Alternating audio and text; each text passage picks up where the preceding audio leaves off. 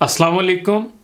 मैंने ड्रामे परिजात पर अपनी एक गुफ्तगू की वीडियो सोशल मीडिया पर मुश्तहर की तो कराची से रेहान खान साहब का कमेंट में पैगाम आया कि परिजात ड्रामे पर मेरे तासुरात भी बयान करें।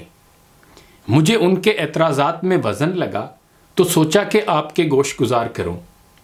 वो लिखते हैं कि सुना था कि एक बेहतरीन ड्रामा सीरियल जो हमारी माशरती ज़िंदगी का हकीकी अकास है बहुत मकबूल है। तुर्की ड्रामा सीरियल अर्तुगरुल और उस्मान की पाकिस्तान में बेपनाह मकबूलियत के बाद अब ये ड्रामा उनकी टक्कर का है। वाज़े रहे कि दुनिया में दो ही कुव्वतें कारफरमा हैं और वो हैं खैर और शर की।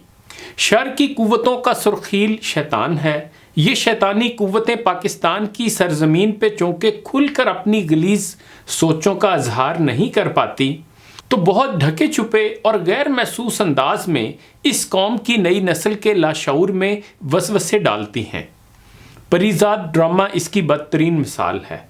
रेहान साहब मज़ीद कहते हैं कि इस ड्रामे पर मेरे 4 बुनियादी एतराज़ात हैं जो मैं आपसे ना सिर्फ शेयर करना चाहूँगा बल्कि आपकी राय का भी मुतमन्नी हूँ। मेरी तमाम नाजरीन से दरख्वास्त है कि आप भी इस पर अपनी राय ज़रूर दें। रेहान साहब का इस ड्रामे पर पहला एतराज़ ये है कि इसमें रातों रात अमीर बनने की तरगीब दी गई है।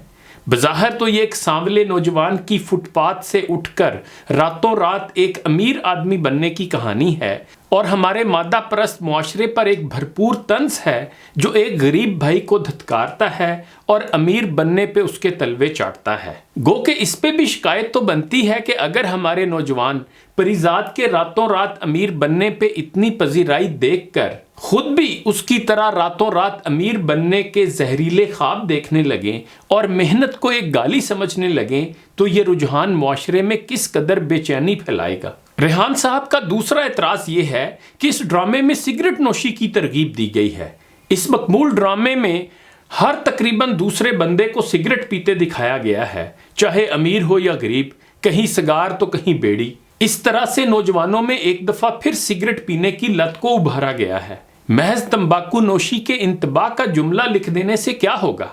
याद रखें, तंबाकू नोशी की सनत बेहद ताकतवर है। मगरिब में यह सनत दोबारा वापसी की कोशिश में पूरा जोर लगा रही है। नित नए सिगरेट नोशी के तरीके जैसे ई सिगरेट और वेप वज़ा हो रहे हैं और पाकिस्तान जैसे कसीर आबादी के मुल्क में इन ड्रामों के ज़रिए नौजवानों को ये लत लगाई जाती है। रेहान साहब ने इस ड्रामे पर तीसरा एतराज़ ये किया है कि इसमें इस्लाम की गलत तस्वीर दिखाई गई है।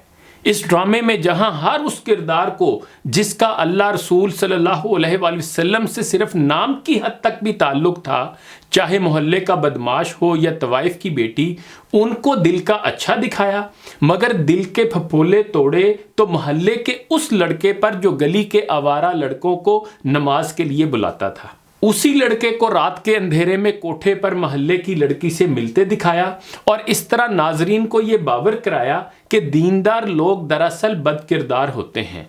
सिर्फ एक दफ़ा लड़की को नकाब में दिखाया भी तो लड़के से चोरी छुपे मिलने जाने के लिए, और इस तरह नाजरीन को ये बावर कराया कि पर्दा सिर्फ एक आड़ है बदकिरदारी के लिए। इससे तो साफ जाहिर होता है कि ड्रामा लिखने वाला इस्लाम बेजार हल्के से ताल्लुक़ रखता है और उसका काम मुआशरे में से इस्लाम को खुरचने और नाच गाने और बेहयाई को आम करना है।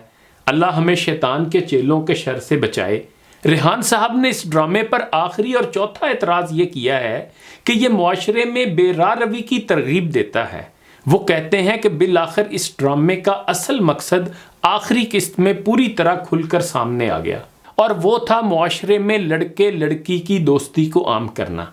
मगरिब के मुआशरे में तो बॉयफ्रेंड और गर्लफ्रेंड का रिश्ता बहुत आम है और उनके साथ रहने को भी कानून ने कॉमन लॉ यानी शादी जितना जायज़ बना दिया है, मगर हमारे मुआशरे में लड़के लड़की की दोस्ती को मायूब समझा जाता है और अगर मिलते भी हैं तो छुप कर मिलते हैं।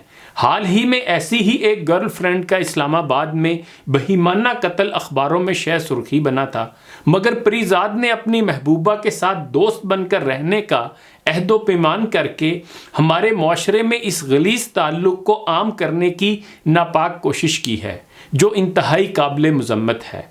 अल्लाह हमारे मुआशरे को औरत मर्द के ناجائز تعلقات سے محفوظ رکھے، آمین۔ یہ ہیں ریحان خان صاحب کے اس ڈرامے پر اعتراضات۔ برائے مہربانی آپ بھی اپنی رائے کا اظہار نیچے کمنٹ کی صورت میں ضرور کریں۔